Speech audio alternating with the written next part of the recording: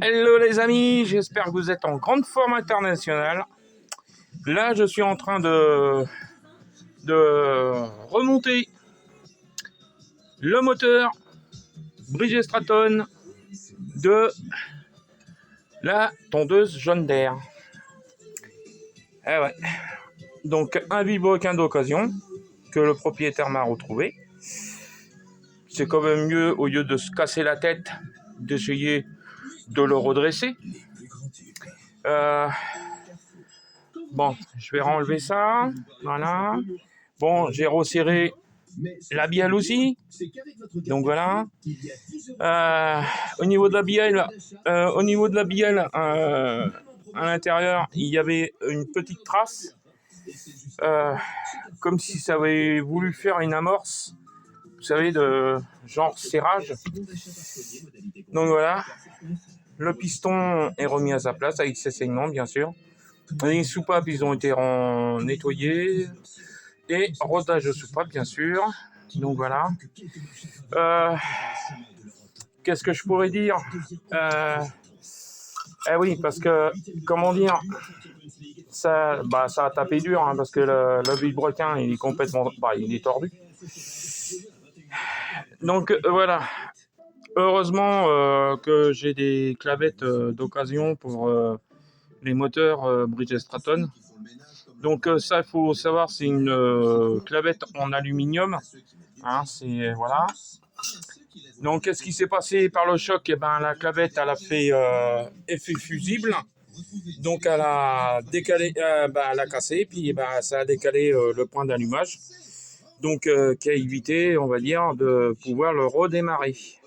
Parce qu'il faut savoir une chose, c'est qu'une fois que le point d'allumage est décalé, pour redémarrer un moteur, c'est quasiment impossible. Donc qu'on ne me dise pas que on l'avait remis en route, parce que ce n'est pas possible. Parce que le problème, c'est que moi j'ai déjà vu ce problème. Donc une fois que la clavette elle est fusillée, elle a fait effet fusible, comme on appelle. Qu'est-ce qui se passe? Le moteur il ne redémarre pas. Alors si, il va tousser un ou deux coups, mais c'est tout, pas plus. Donc l'histoire ne s'est pas arrêtée. Ça s'est pas arrêté, on va dire, qu'au vilebrequin. Parce que tout en nettoyant mes pièces, on va dire, pour essayer de réassembler, et au moment que j'ai passé un coup de soufflette, là j'ai eu du liquide, du wet spirit qui a traversé. Donc là j'ai dit c'est bon, c'est mort, c'est voilà. Donc ça a flingué le carter d'huile. Donc voilà. Bon, en revenant au niveau de mon petit établi, j'ai retrouvé un carter d'occasion. Bon, que j'ai retapé aussi. Là, j'ai remis le joint SPI neuf. Parce que je change, on change les joints SPI. Donc, joint SPI. Joint SPI côté volant magnétique, il vient d'être remplacé aussi. C'est tout neuf.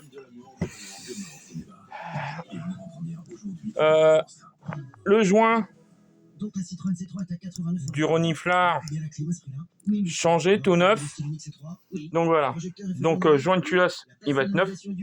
Le joint d'embase moteur qui vient ici, tout neuf. On va dire, j'ai toute la pochette de joints. Voilà. Qu'on m'a fourni. Donc voilà.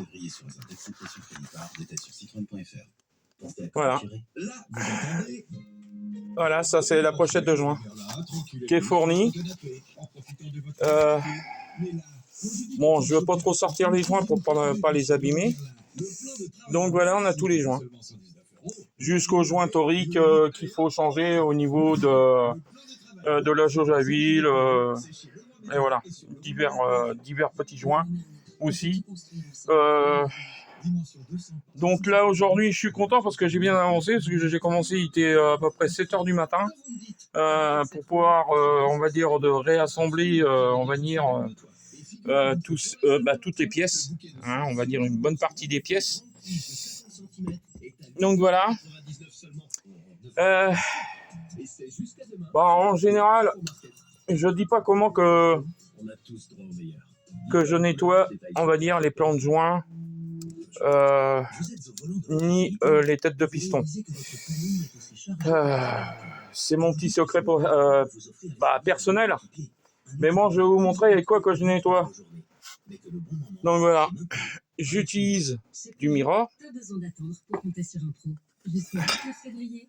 avec de la paille de fer. Et voilà, vous avez le résultat du plan de joint qui n'est pas abîmé, n'est pas rayé. Il est propre. Voilà. Là, j'aurais plus qu'à... Voilà. Et même au niveau de la tête du piston, ce n'est pas abîmé, ce n'est pas rayé.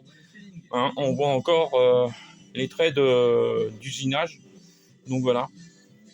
Le plan de joint, voilà comment j'arrive à comment je les nettoie. Donc voilà. Bon, ça, c'est un secret à moi, ça. Hein, bon. Là, ce petit plan de joint-là, je vais le nettoyer aussi. Pour, comment dire, que ça soit propre. Qu'il n'y ait pas de particules fines ou n'importe.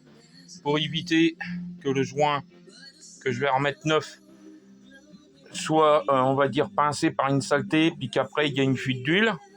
Donc voilà. Donc déjà, voilà. Donc ce que je voulais dire au niveau de la bielle, bon ça c'est une bielle d'occasion. Donc ce qui s'était passé, il y avait une marque. Il y avait une marque à l'intérieur. Elle était plus de ce côté-là, on va dire. Donc j'ai pris du papier à poncer, du 1200. J'ai utilisé de l'huile fine et j'ai poncé jusqu'à temps que ça soit parfait. Hein, on va dire parfait, que voilà, qu'il n'y ait plus de défaut au niveau de la bielle. Au niveau du vilebrequin, c'est pareil, j'ai donné un coup vite fait pour enlever les petites traces qu'il y avait aussi. C'était infime, hein, c'était vraiment que dalle. Mais bon, je préférais lui donner un petit coup. Comme ça, c'était en cours, comme ça, c'est fait. Bon, là, c'est quand j'ai repeint, on va dire, le carter, parce que bon, c'est sûr, moi, je repeins mes carters, parce que j'aime bien qu'un moteur soit propre et digne de ce nom. Donc voilà. Voilà. Donc là, c'est pareil, la chambre, on va dire la chambre d'échappement, elle est propre. Bon, elle est propre, voilà. Hein, je pourrais arriver à, on va dire, à la nettoyer plus profondément, mais bon, voilà quoi. Au niveau de la pipe d'admission, c'est pareil, c'est propre. Hein. Là, j'ai plus que l'ancien joint à retirer pour pouvoir remettre la pipe d'admission. Donc voilà. Donc déjà on repart déjà sur une bonne base refaite, on va dire, c'est refait d'occasion, hein, bien sûr. Sauf les joints, ils vont être, voilà, les joints ils vont être changés.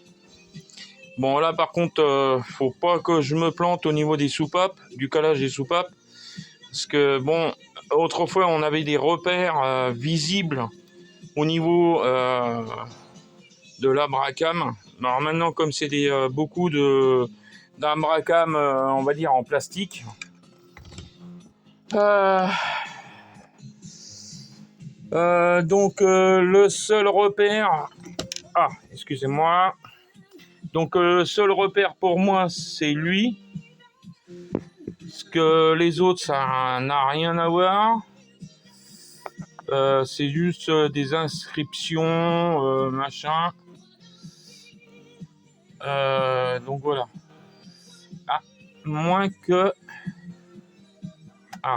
Excusez-moi. À moins que lui, ça serait le point. Donc je vais faire avant de refermer. Faut que j'arrive à, voilà, pour moi, il serait bon, mais voilà, j'ai pas envie de redémonter pour recaler encore une fois, parce que ça serait quand même embêtant pour moi. Donc voilà, ça c'est prêt. Qu'est-ce qu'il y a encore? Ah, voilà. Ouais, la culasse. Voilà. Et voilà. Voilà, on peut voir aussi le plan de joint nettoyé, enlevé. Bon, là, il y a des petites traces de peinture que je vais enlever.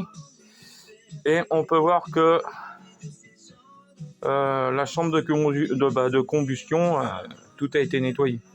Tout est propre. On peut voir qu'elle n'est pas rayée, rien. Donc ça, c'est... Voilà, ça, c'est top. Bon, là, j'ai fait une technique pour peindre.